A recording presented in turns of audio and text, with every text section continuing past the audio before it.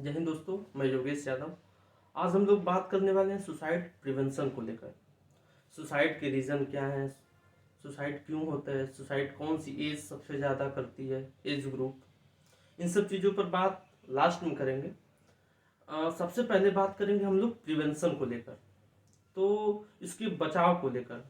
तो बचाव को लेकर भारत सरकार की एक मंत्रालय है, ministry of health and family welfare. इन्होंने एक स्ट्रेटजी लॉन्च की है। स्ट्रेटजी का नाम है नेशनल सुसाइड प्रिवेंशन स्ट्रेटजी। इस स्ट्रेटजी के हिसाब से इन्होंने 2030 तक एक लक्ष्य रखा है कि जो भी सुसाइडल रेट है उसको 10% उसमें गिरावट लानी है। आज की वर्तमान समय में अगर इंडिया की सुसाइडल रेट देखा जाए, ठीक है, तो 10 से 11 प्रति व्यक्ति पर लाख लोगों में से, मतलब 1 लाख लोगों में से 11 और 12 लोगों की डेथ सुसाइड से ही होती है। ये रेट है। तो इसमें 10% की गिरावट की बात कही है। इनका लक्ष्य रखा गया है 2030 तक। इसके साथ ही इसने अपने प्रोग्राम को इफेक्टिव बनाने के लिए, ठीक है, अगर ये लक्ष्य रखा गया है तो कोई ना कोई एक प्रोग्राम, कोई ना कोई एक सेटअप किया गया होगा। उस सेटअप को 3 स्टेप में बनाया है इन्होंने। पहला क्या है कि ऐसे कोई एक मैकेनिज्म लाएंगे, सर्विलांस लाएंगे, ठीक है, जो पता कर सकेगा, डिटेक्ट कर सकेगा कि ये व्यक्ति क्या करने वाला है, सुसाइड करने वाला है। ये इसका लक्ष्य 3 साल तक रखा गया है, यानी इसमें 2022 चल रहा है, 2022 से 25 साल तक इसके अंदर में ला दिया जाएगा। 25 मतलब 2025 तक के अंदर में ला दिया जाएगा। इसके साथ ही दूसरा रखा गया है ओपीडी, यानी कि जितने भी डिस्ट्रिक्ट हैं इंडिया में, सभी डिस्ट्रिक्ट में एक हॉस्पिटल होता है जिसे जिला लेवल का हॉस्पिटल बोला जाता है। उन सभी जिला लेवल हॉस्पिटल में क्या किया जाएगा, एक साइकेट्रिस्ट का ओपीडी बनाया जाएगा, नया क्रिएट किया जाएगा, जिसमें वो आपको सुझाव देगा, सजेस्ट करेगा, आपकी बातों को सुनेगा, समझेगा और आपको सुसाइडल टेंडेंसी से आपको हटा देगा। ठीक है, इसका लक्ष्य रखा गया है 2027 तक, यानी 5 सालों के अंदर में ये चीज़ सेटअप हो जानी है।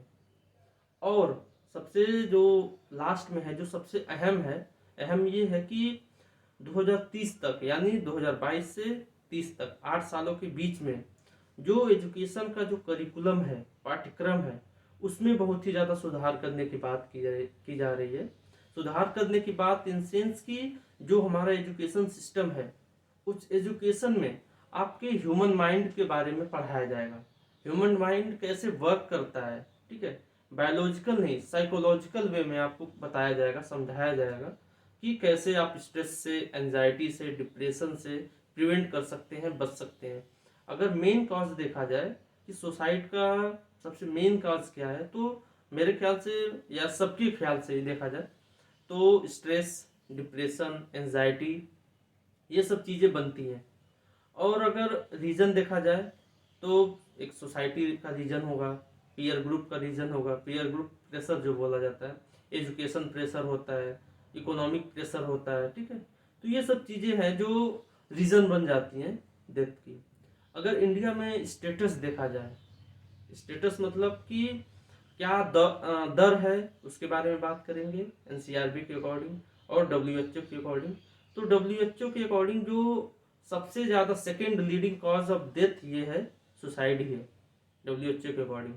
और एनसीआरबी के अकॉर्डिंग अगर बात किया जाए तो मैंने बताया कि 10 से 12 लाख, मतलब लाख नहीं, 10 से 12 लोगों की मौत अगर 1 लाख में देखा जाए तो किससे होती है, सुसाइड से ही होती है। और अगर स्टेट वाइज बात कर लेते हैं तो स्टेट में सबसे ज़्यादा महाराष्ट्र, तमिलनाडु और मध्य प्रदेश, ऐसे ये 3 ऐसे राज्य हैं जहाँ पर सबसे ज़्यादा केसेस आते हैं सुसाइडल डेथ की।